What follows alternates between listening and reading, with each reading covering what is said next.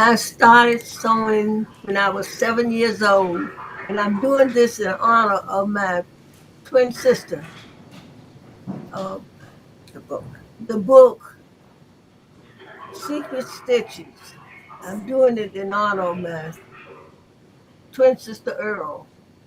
We began sewing at 7 years old on a treadle machine, and we learned how to sew. So I've been sewing ever since. Right. Yeah, that's just incredible. And I want to take a look here at these quilts that you have. This is video that we did last year. These quilts, talk a little bit about the patterns in them and, what they meant, because I understand that they were used during the Underground Railroad to help slaves navigate that, right? I've, Okay. Let me suggest Mom highlight the two patterns that will be displayed in the new book. And so those include the wagon wheel and the drunkard path. So, Mom, share with Michaela what they mean and how they're made. the wagon wheel is in a kind of in a circle, and that is letting the enslaved know that it's time to get ready to move on. And the second quilt pattern is the pair. That is kind of a semicircle design, and that is very complicated to make. It takes a long time to do it. That one tells the enslaved do not walk straight, to walk zigzag, so that they will not be followed by their by the person who's looking for them. So they're the two squares that I didn't use in the rest of in the first book. in the first book. So we are emphasizing these two squares in the second book.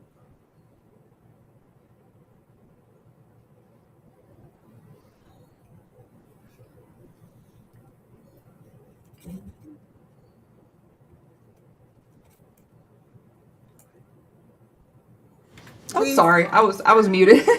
Let me ask you again. Yes. So, the first book, y'all are showcasing a few of the patterns that people can learn about, and now in this second book, they can learn about additional ones. Yes. Okay, wonderful. And so, Amy, talk about what you've learned from your mom throughout this journey that you've, been by her side through it all. Well, I feel as if I've had a crash course since the pandemic. I've always known that Mom was interested in the Underground Railroad, but it wasn't until I moved back home during the pandemic that we actually began to really focus on this as a real passion for her. And so it certainly has brought me closer to my own family history, but helped to enrich my understanding um, of the history, of our people from bondage through emancipation. Right, absolutely. And Edith, why do you feel that it is important to continue to teach, younger generations and people today about the history from back then, during tougher times? Just wanting to know why you feel it's important to teach this. It's I just feel like that the children need to know what really happened back then. It really helps me a lot to know, and we are including the children uh, who were enslaved in Halifax County, Virginia. And my great grandfather was a slave when he was 5 years old. And I can imagine how, well, I can't imagine. how he was raised compared to the way I was raised. Right, absolutely. And I have this picture that y'all sent me of some information about your book that you have, the new one. You know, the one you released last year was called Secret Stitches, and then this new one is Sacred Stitches. And so just again, kind of reiterate, you know, what people will be able to see in this new book, and then also how they can get one of their own. Okay, so thank you so much for including that. Sacred Stitches is literally at the publisher right now, and currently it's only available from the publisher at bookbutler.com. Okay. And within the next week or so, it would be available at all of the usual retail outlets, including Amazon, Barnes and Noble, and those types of retail locations. And I'd like to personally thank your viewership for helping to make our book an Amazon bestseller.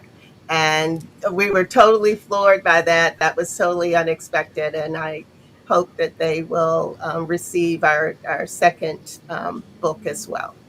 Yeah, no, I'm so glad to hear that.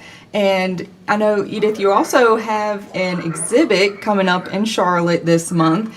And so just Yes. talk a little bit about, you know, what people can expect from that and how they can attend if they'd like. Sure. So we were so humbled to be invited for a gallery exhibition in Charlotte at the 9189 Gallery, which is a part of the Vapor Center, which is a huge art center right in the heart of downtown Charlotte. So certainly, if any of your viewership happens to be in the neighborhood, do stop in. Mom's work is on display there. We have about 25 pieces that have been donated back from people who have purchased her work or she has gifted her work to over the years. And so, Mom, why don't you share what you're anticipating about walking into a space and being surrounded by. I'm just so excited. I just get so excited to know that the products that I have made and given away and some I've sold, they are being displayed. And I don't know. I'm I'm just waiting to see them to see what they look like because I forgot what I even have made. Right. It just really helps me. It helps me. This morning when Amy and I was talking about it, I just got so excited. I just had to cry because I didn't know what to expect. No. It was, it just, I don't know. I just can't talk about it. I can't talk about Yeah. it because it gets filled up. Right. Yes. And so, yes, we are very much looking forward to traveling to Charlotte. And while she's there on the 28th, she will actually be making an artist presentation, and there'll be a reception and a luncheon for her that day. And we have collectors and family members that are flying in from all over the country. And we are just so pleased, that Mom is still well enough. At 100 and a half to enjoy this moment, and so it's really really special for us. Yes, I mean it's amazing. You know, it just goes to show that at any age, it is never too late to make a difference Yeah, in this never world. too late. Never too late. No, Yes. absolutely Yeah. not. Well, and these take what, like each quilt takes about a year to make. I think I Well, remember y'all saying, or let me tell you, one of those things that I've observed in being with her, she has worked. There was one square in particular that she worked on for a year, and so um, it really varies depending upon the pattern and And the the size. fabric. Yes, and the size of what it is she's making, but it's a tremendous investment of time to make a quilt by hand. She is not using um, the machinery that is frequently used today to make quilts.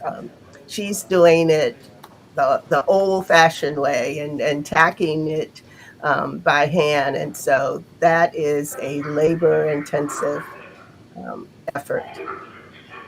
Right, absolutely. I mean, still making these quilts, traveling across states to present them, and writing books at 100 years old. I mean, that is just incredibly inspirational. It really is. And only the ones who go through it knows that it's an inspiration. But I enjoy doing it. I enjoy doing it. Yes. Well, that's Every good. day I'm sewing. And Wow. when I'm not sewing on the machine, I got it on the bed, working on it on the bed, resting. Wow. Oh my goodness. I need to find myself a hobby like that to get into.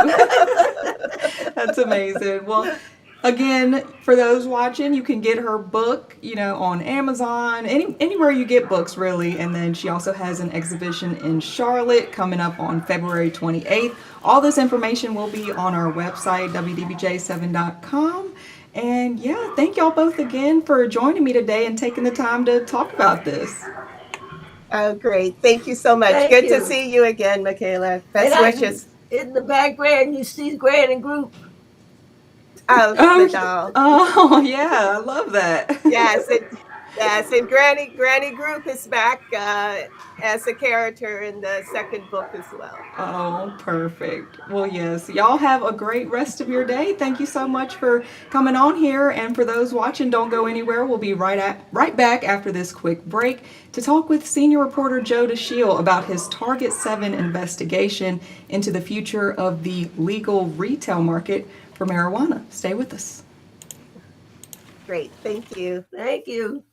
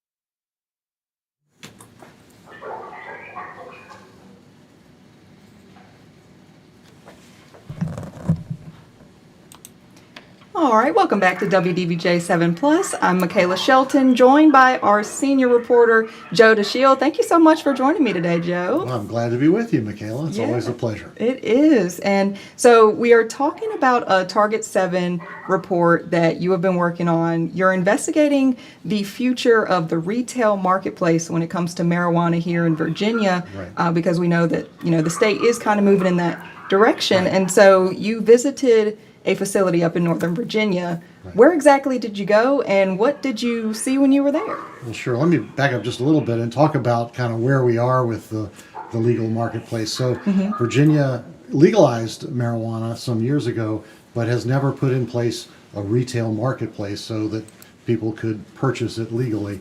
And so during the Youngkin administration, that was pretty much put on hold. But now with the change of administrations and Democrats in control of both chambers, we're moving forward again with plans for a retail marketplace for marijuana. And right now, that legislation is moving through the General Assembly. There's a lot going on behind the scenes, and we don't really know exactly how it's going to shake out yet. But we do feel confident that at the end of the session, there will likely be a plan to create this legal retail marketplace for marijuana.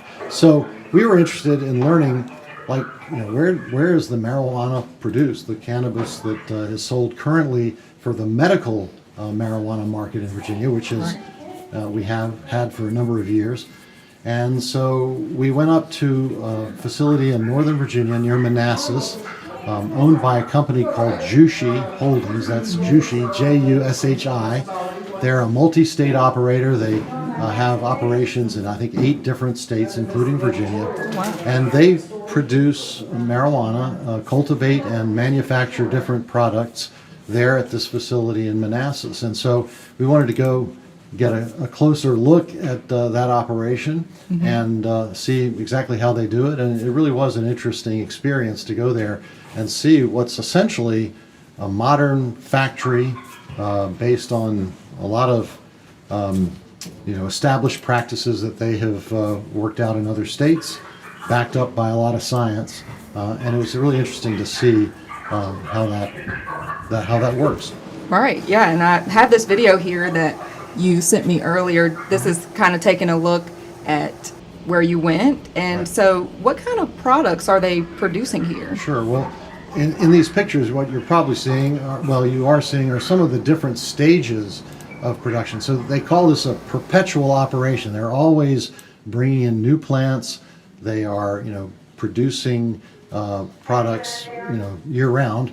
And so you go there, and there are different areas in this facility with different plants at different stages in their life cycle. And so we saw the room where they say they have the mom plants, and these are the plants that provide the genetic material for the plants that produce the products later. They clone the mom plants, and then they go into different rooms where they grow for a while and propagate, and then they have a flowering room where they have a certain process going on, and then all the way down the line. So 4 or 5 different stages, a 4-month process to get from seed to a finished product. And so not only do they have these plants, but they also have areas of the plant where they extract the oils or prepare the flower marijuana for sale. So there's a lot going on in this facility. It's 100,000 square feet on 2 floors, and they have plans for a $30 million expansion that will double their capacity. Okay, and I mean, yeah, that's huge. Were you expecting something of this scale? Because I mean, a lot of people, I don't think they realize how much goes into this. Right. Well, I really didn't have any idea what to expect. We've been doing stories about marijuana for a long time, and we have video that we've gotten from other stations that have visited facilities like this. So I have seen some pictures of a marijuana growing operation, but I had really no clue as to what was involved. So to say I was surprised would be accurate, and just really interested to see how it works. Again, from the very early stages throughout the life cycle of the plant to the actual production of the products that then are sold in their dispensary. So the company Jushi, which is the processor for Northern Virginia. They have 6 dispensaries in the Northern Virginia area, but they also make products that are sold down here in the dispensaries, the medical cannabis dispensaries that are located in our part of the state. So they have the ability to make products there that end up in other facilities around the state. Right, yeah. And so this Target 7 report is going to air tonight at Correct. 6 o'clock. And I know I saw in the preview earlier this morning, they said that there is a $1 billion industry in the illegal realm of Right. marijuana. So to me, that says clearly there is a market. It's just finding how to do it, legally. Right. Well, there obviously has long been quite a discussion, debate in the community over whether legalized marijuana is appropriate, and how you want to protect the community. The folks who run these operations argue that a regulated market is much better and much safer than an unregulated market. So they say that right now we don't have a legal marketplace, but people are selling marijuana illegally, and the folks who are buying it have no idea how it was grown, what might be in it, and so the producers of the medical marijuana, their product is tested by an independent third party.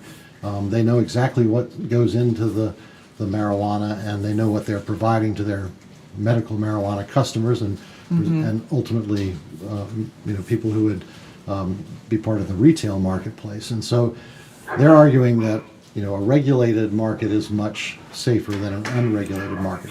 They estimate the current market, as you said, at $1 billion. They say a legal market in Virginia could be $4 billion. So it's a huge market. Currently, they say that the medical marijuana market is $180 to $200 million a year here in Virginia. The legal market, they estimate, could be 20 times what they're doing right now in the medical cannabis field. Okay. So it is a major a market, a major economic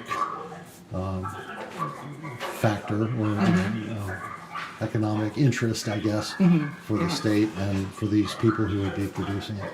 Right. Yeah, and I think it's good to see, where this is actually coming from and to take a look into the factory. We've been previewing this here on WDBJ 7 Plus, but this airs tonight at 6. So what can people expect when they're, watching the Target 7 report tonight? What can people expect to learn from that? Sure. Well, we'll just take a closer look at that operation. We received a tour from a gentleman named Trent Wolowek, who's the chief strategy director for this company, Jushi Holdings. So he knows, every bit of the process here. Right. And so he led us on a tour of this facility, and it was a pretty expansive tour, a big facility, and we went through every step of the process. And so we're trying to highlight that in a story, of course, that's a couple minutes long. I won't be able to get into all of it, but hopefully give people who have never seen the inside of one of these facilities an opportunity to kind of see what it looks like and how it operates. Yeah, absolutely. Well, that sounds great. I'm excited to see it. Again, it'll be on tonight at 6 on WDBJ 7, but if you miss it, it'll also be on our website where you can watch it again there. So, Joe, was there anything else you wanted to add? No, I think that's about it. I've enjoyed going up and seeing this facility. I always love manufacturing facilities of any type, and so it was really interesting to see how this operation works. Wherever you fall on the this debate over marijuana in Virginia, it was interesting to see the operation, and I think our viewers will be interested to see it as well. Yeah, I agree. It's fascinating. Well, thank you so much, Joe. I appreciate you talking to me. And for those watching, we will be right back to take a look at your First Alert hometown weather forecast. Stay with us.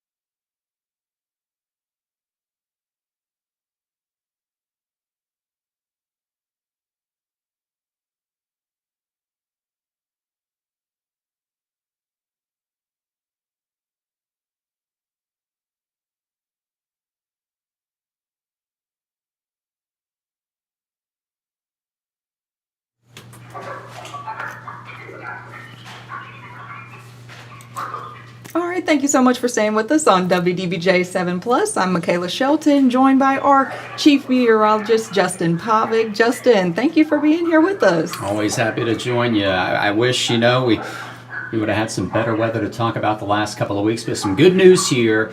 Going forward, we're going to start to warm things back up and hopefully start to melt all that ice and snow we've got on the ground a lot, right? Yes, sounds great. Yeah, we definitely want to talk about the recap we had over the weekend and then what we're looking at, for the forecast. That's right. Hey, we're always looking ahead here. Snow reports this past weekend. The greatest amounts, again, were toward the south side throughout the New River Valley. It's a very slow-moving storm system. You've probably seen reports as well down into the Carolinas. This is very substantial for them all the way down to some of the beaches. But look at this, even into our viewing areas, some reports of 5, 6, 7, 8, 9 inches of snow. Again, stretching from Burke's Garden toward Bluefield, West Virginia, and then into Floyd as well, right around 7 inches of snow there. It was a very fine, very dry, powdery snow blown around with that wind, of course, that we experienced. And Yes.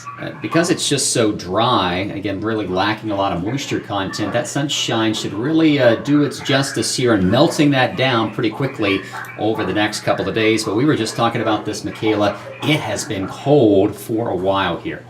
We're looking at temperatures that have been down into the teens and even some of the single digits. And this is actually record-breaking here for some of us. Around Danville, we just experienced our coldest week on record. Any given week here, any given month of the year, going all the way back into the 1940s. And, that speaks volumes here because I think a lot of us are saying, when's it going to end, right? Yeah, no, I mean, now that you say that, it does, really make you realize how cold it has been. And I have been thinking to myself, have we ever had a stretch this long to where it's been this cold for this long? And so now that you say that, that's crazy. It is. The only other time we were colder, at least in Roanoke, and I believe Lynchburg as well, was back in the 1960s. So it's been a few. Yeah. So, before my time.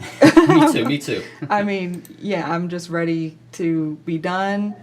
But it's clear we did set a record. It makes sense. You can feel it. And it has so many impacts, right? Yes. You think about, even our heating bills, right? Right. Yes, that's what the impacts just stretch all the way from, when you're stepping outside to your house. And so we actually want to take a look at that. Our reporter, Alyssa Beatty, she covered some tips and tricks for you when it comes to your heating bills. And I think that is so timely right now. I'm kind of scared to see mine, but it'll be good to see these tips and tricks right here that we have coming up.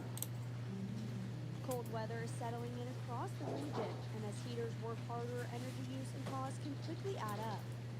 Appalachian Power says when temperatures drop outside, heating systems have to work longer and harder to keep homes warm. Say you set your house at 70 and it's 75 degrees outside, your heat or your cooling is only working to make up a 5-degree difference. But if you keep it at 70 and now it's 40 degrees outside, it's working to make up a 30-degree difference. That's why experts recommend taking a closer look at everyday habits that can affect how much energy your household uses. We tell folks that if they can turn down their thermostat to do that, turn off those overhead lights, just kind of think about your usage. We're also sending out weekly energy updates, so you're going to be informed on what your usage is every week throughout the month, so you can make the decision that's best for you. For families concerned about managing higher winter bills, there are also payment options and assistance programs that can help spread costs out over time. We have multiple payment assistance programs for folks that would need it. Our most common one is the average monthly payment plan. So what it does is it averages out your bills. So say you're using $500 worth of energy in January, but you're using $300 worth of energy in March. Well, you're going to pay, that $400 in that middle area throughout the year. Other recommendations include sealing drafty windows, using blankets and layers, and being mindful of energy use during extreme cold. Small steps that can add up during a long winter. In Roanoke, Alyssa Beatty, WDBJ 7. Definitely some great information there, Oh, yes. when it comes to those tips, because with this cold, there's no telling, how much energy and electricity we're having to use to keep ourselves warm out there, so, like they said, make sure to turn those lights off when you're not using them and seal up any holes or, areas that might allow cold air to come in. Yeah, I think about it too when I go to bed at night. What's my thermostat at? Does it need to be at 70? Can I tick it down just a little bit? Yes, I've been keeping mine yeah. low, about 68. just Okay, to yeah, that's what I'm save doing some- tonight. That Yes. saves. It does, So. yeah. And it looks like you're taking a look out at Poor Mountain. Yeah, we got to live brighten our look days, there. right? With some sunshine here. Yes. We'll go out and about in the field here. A couple of spots. We'll start you out with Poor Mountain, blue skies, and also notice no wind, which is definitely a positive here. We were talking about that this weekend. We'll take you out to Salem Memorial Ballpark, also looking at the sunshine, but notice again that glare off the ice and the snow. Might want to think about the shades, the sunglasses if you are out and about. It creates quite a reflection there with that blue sky, the sun out, and then of course all the ice and snow. One more stop will take us out to the Highwater Hotel there in and around Radford. All right, so temperatures finally here up above 32 for some spots right now near and southeast of the Blue Ridge. Still a little on the cold side, Hot Springs, Lewisburg, Blacksburg, but I think most of us will get back above 32 this afternoon with this. Sunshine's on the way. Notice the clouds staying off toward the west. Gradual increase in clouds here late today, and as we work our way throughout the overnight, temperatures again, and we were just talking about that, I think we're between 35 and about 40 degrees for most spots and communities, so they'll be melting this afternoon, which is good. Yes. But we know what happens at night once the sun goes down and temperatures go down. We have to beware that there's going to be some refreezing. Yeah, not too excited about that. Not too excited just about when that. it comes to, driving early in the morning, you want to make sure, you take your time, be careful, because that sun, you're hoping it's going to melt everything, but sometimes it's just too cold to do so, like it has been the past few days. Right, But I'm right. just so glad to see today we are going a little bit above freezing. We're in the right direction. Yes. Yeah, we got a little system to talk about here. Late Tuesday night into Wednesday. I think this is mainly rain showers for the vast majority of our viewing area. Again, east of the Blue Ridge. And mountain locations, again, back toward Highland, Bath County, perhaps western Allegheny, Giles, Craig, and then into the West Virginia mountains. Could see a little bit of snow, but it's a quick mover here, and I do think it's in and out as we go toward Wednesday evening. More sunshine later on this week. Now, it's not any eye-popping numbers we're talking about here. No 60s like we had back in early January. I was looking through some of my pictures, and again, I can remember my boys out in the hammock on January the 7th. We were close to 70 degrees. Michaela, remember that? It seems like so long ago, right? Yeah, seems like a lifetime ago. Wow. So we don't have that coming back, but we're above freezing here, so we'll start to melt all this ice and this mess. It's going to be gradual, but I think we'll get there. And there are some signs as we head toward next week that we could potentially get up into the upper 40s, perhaps even some 50s. So Okay. keep my fingers crossed on that. Yes, Yeah. same here. I'll take it. It's not the 60s or 70s, but compared to what we've been seeing, it's going to be nice just to have some of these giant mounds of ice Yeah, to dwindle down a little bit. I should have included one. I've got a chunk of ice about the size of a commercial refrigerator on the side of my road. So my boys and I were wondering, how long it's going to take to melt that. And Yeah. I'm thinking Valentine's Day, so we'll see. I don't know. We'll I keep know. you up to date. I know, who knows? Hopefully my parking lot will clear up too where I live. It's treacherous still. It But I is. know a lot of people are dealing with that, and so yeah, just hoping for some Some warmer weather. temperatures. Yeah, anything above 32 is going to be helpful, and we'll continue to watch it for you closely. But stay warm out there, stay safe, especially at night with that refreezing. And we'll get on the other side of this here over the next several days. Right, sounds good. Well, thank you so much for joining me, and thank you all so much for watching. Make sure to tune in to our 3, 4, 5, and 6 newscasts today, and we will be back with you on WDBJ 7 Plus next time. Thanks for watching. Have a good one.